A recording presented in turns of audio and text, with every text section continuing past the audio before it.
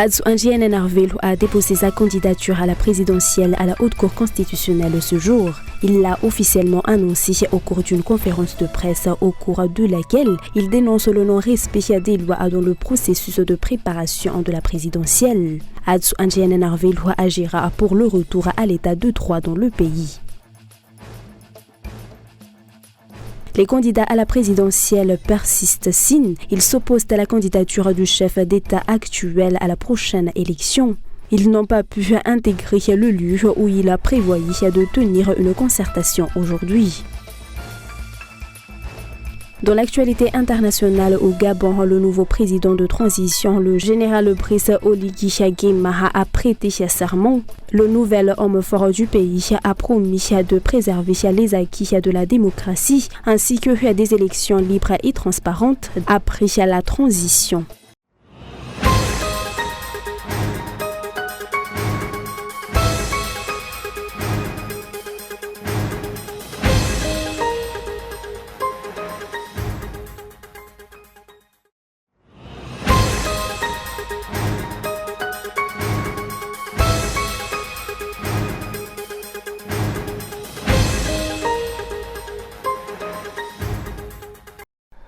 Adzo Angiene Narvelo a déposé son dossier de candidature à la présidentielle à la Haute Cour constitutionnelle ce matin à Ambuda. Il l'a ensuite annoncé officiellement au cours d'une conférence de presse.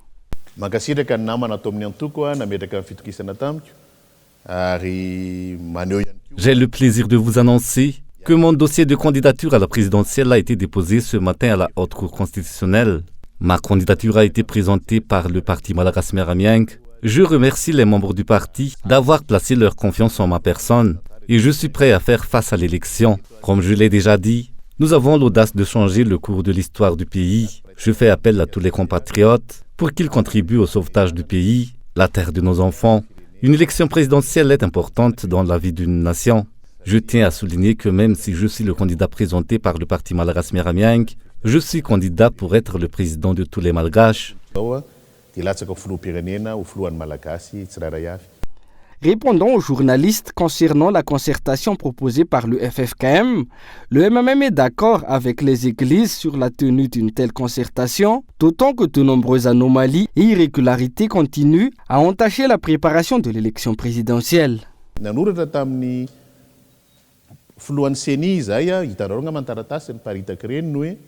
Nous avons écrit à la CENI pour qu'elle publie le registre national électoral et la liste des bureaux de vote à Madagascar.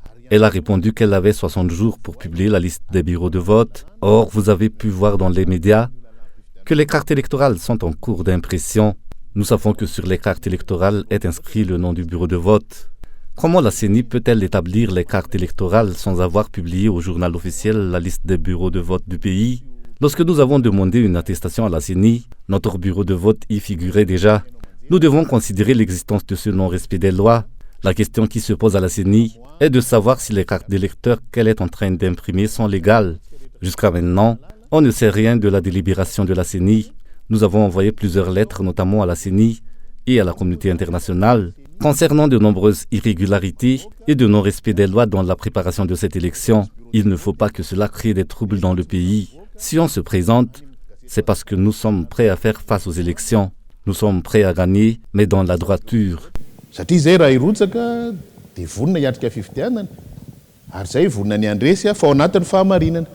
Pour le MMM, s'il dénonce le non-respect des lois, c'est pour ne pas qu'il y ait des regrets plus tard, pour que chacun prenne ses responsabilités et qu'il n'y ait pas de troubles dans le pays. Le MMM veut des élections qui puissent résoudre les problèmes dans le pays. Il y a de nombreux points qui ne sont pas résolus. Il en est ainsi des entraves à la liberté d'expression des candidats à la présidentielle.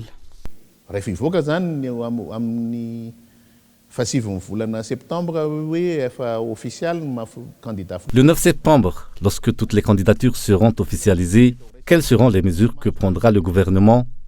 Les réunions seront-elles toujours interdites? Tous ces points n'ont pas été résolus et doivent l'être. Si on se présente, c'est parce qu'on est prêt. Être prêt signifie que nous n'accepterons pas. Si on se présente, c'est pour être élu et au MMM, on est prêt à se faire élire.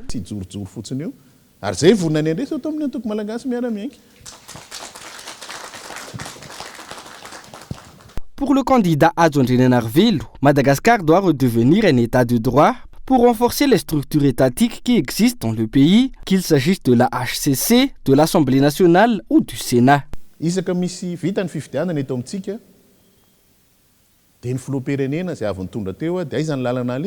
Le problème est qu'à chaque fois que des élections se tiennent dans le pays, le président sortant s'exile. Cela veut dire que ce président a conscience que les structures étatiques existantes ne sont pas en mesure de le protéger et qu'elles peuvent être utilisées pour le poursuivre. Qu'en est-il de la population en général, si même les responsables eux-mêmes sont conscients que ces structures peuvent jouer en leur défaveur? Il faut que tout revienne en ordre. Tous les droits et notre identité doivent être respectés si on veut que ce pays avance. Quel que soit le pouvoir qui se met en place, les structures étatiques ne doivent pas servir les intérêts d'une personne ou d'un parti politique. Il faut que l'état de droit soit en place pour ne pas que le pays se fragilise, ce qui est à l'origine de notre pauvreté actuelle.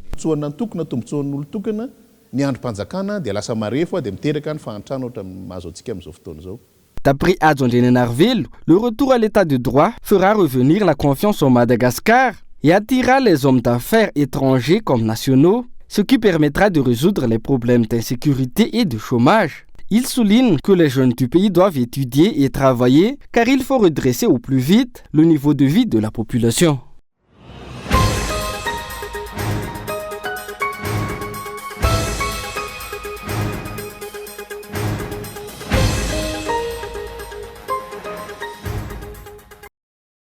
Les tribunaux ne peuvent pas se déclarer dans l'ignorance de la nationalité française du chef de l'État actuel, André Rajoelina, vu que nous leur avons déjà adressé une lettre officielle à ce propos. Lors d'une conférence de presse ce matin, Adjon Narville a expliqué que le MMM a saisi la justice concernant cette affaire et que le MMM est dans l'attente de la décision des tribunaux.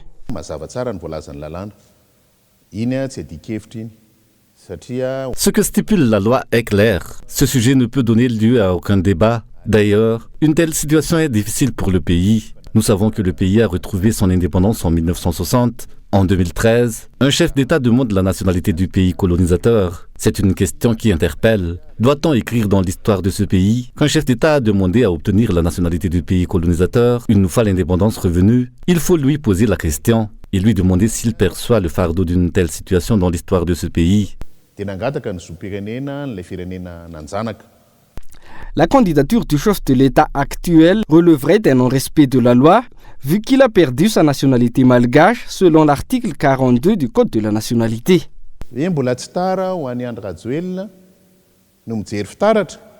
Il n'est pas trop tard pour André Rajoelina de faire son autocritique et de se poser la question si ce qu'il fait convient à la nation et de prendre les mesures qui s'imposent. Ce n'est pas au peuple de juger, mais à lui en tant que responsable dans ce pays. Tout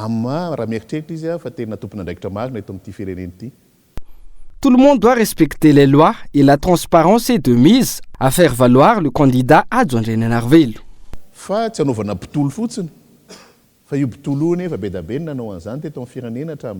Aucun forcing ne peut être fait. Si tel est le cas, le MMM mènera l'affaire devant les tribunaux, car c'est ce qu'on fait dans le cadre d'un état de droit. Le MMM demande à ce que la HCC joue la carte de la transparence concernant les candidats à la présidentielle.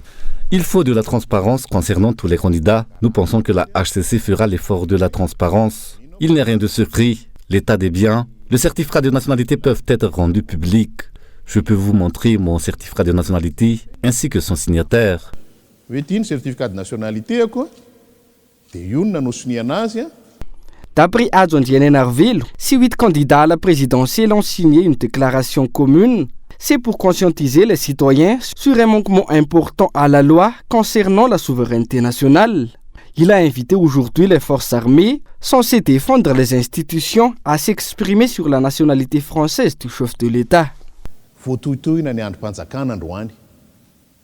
Les institutions de l'État sont en péril à l'heure actuelle, car le chef de l'État au pouvoir en 2013 a demandé une nationalité étrangère. Je voudrais que les responsables des forces armées se prononcent sur cette question qui met en péril la souveraineté nationale dont vous êtes les défenseurs. Le candidat Adjon Narville se référait à la déclaration de l'Émonat, l'état-major mixte opérationnel national début septembre. Déclaration selon laquelle il s'érigeait contre tout ce qui pouvait porter atteinte aux institutions de l'État.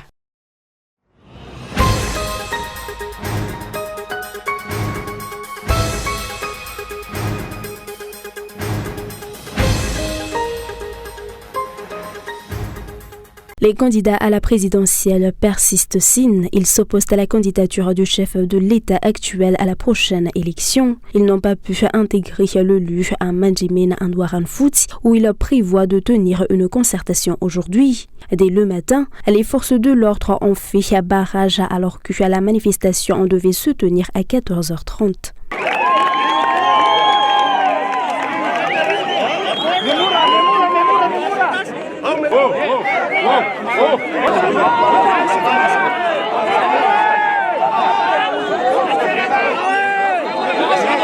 Les différents responsables ont essayé à la voie de la négociation. En vain, jusqu'au bout, ils sont restés dehors.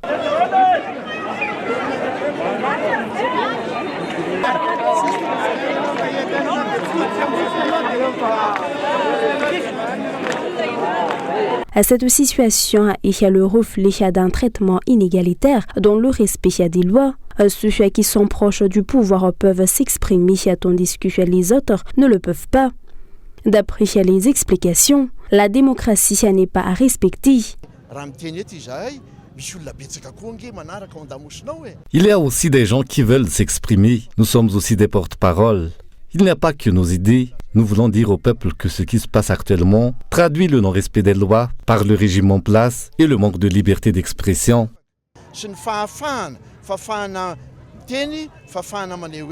Les leaders politiques ont alors déclaré qu'ils s'opposent à la candidature de l'actuel chef de l'État Andradzuil en raison de sa nationalité. La circulation a été interrompue pendant une demi-heure environ. Les candidats se sont exprimés sur la route. Nous voulons éviter des troubles dans le pays. Le non-respect des lois s'amplifie dans le pays. Ces candidats à la présidentielle n'en resteront pas là malgré les entraves. Ils continueront à militer pour l'application de la loi.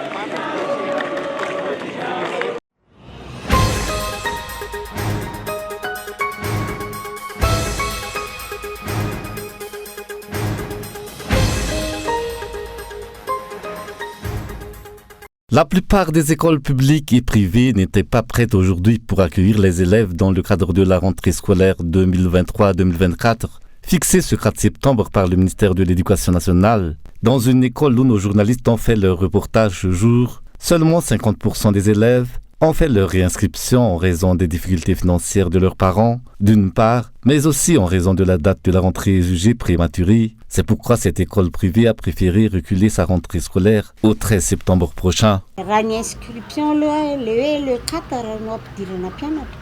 Il n'était pas possible de prévoir la rentrée pour le 4 septembre à cause des problèmes des parents, d'autant qu'ils font des exhumations avant de penser à la rentrée scolaire. Je leur conseille toujours de privilégier les études de leurs enfants, mais ils préfèrent les exhumations et utilisent le reste de leur argent pour l'inscription de leurs enfants.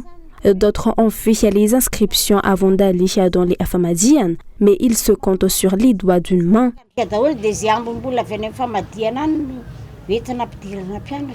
Pour ne pas que les élèves prennent du retard par rapport au programme, cette école envisage de faire des cours de rattrapage. Il faudra que les élèves viennent en cours le mercredi après-midi pour combler les retards. La rentrée scolaire dépend de la réinscription des élèves et des possibilités des parents à le faire. Le mauvais état des infrastructures scolaires vient compliquer le problème en cette rentrée. Les salles de classe sont dans un état piteux. Les tables bancs ont besoin de rénovation.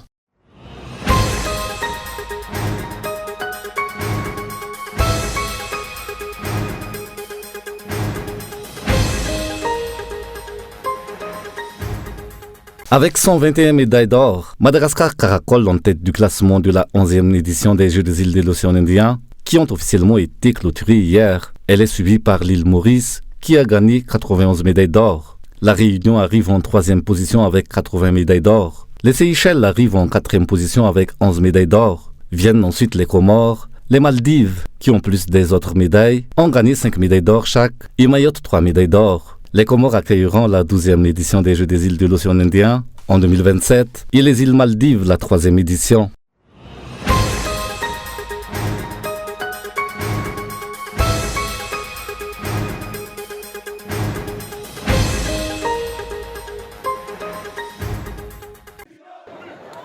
L'armée au pouvoir, une bonne chose pour de nombreux Gabonais. Que l'on efface tout ce qui s'est passé, que l'on répare sur de nouvelles bases et que cela puisse arranger tout le monde. Dans les rues de Libreville, on accueille plutôt la prestation de serment du nouveau président de transition ce lundi avec soulagement. Pour nous, on pensait que cela allait se passer comme en 2009-2016 où il y a eu des morts, le sang a coulé dans notre pays. Mais Dieu merci, grâce à Dieu, les choses sont passées dans le calme avec la prise de pouvoir par les militaires.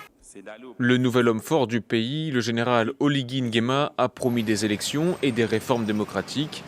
Le chef des putschistes a toutefois averti, il ne veut rien précipiter et les Gabonais devront se montrer patients. Une transition que certains voient déjà longue. Elle est trop longue, pourquoi?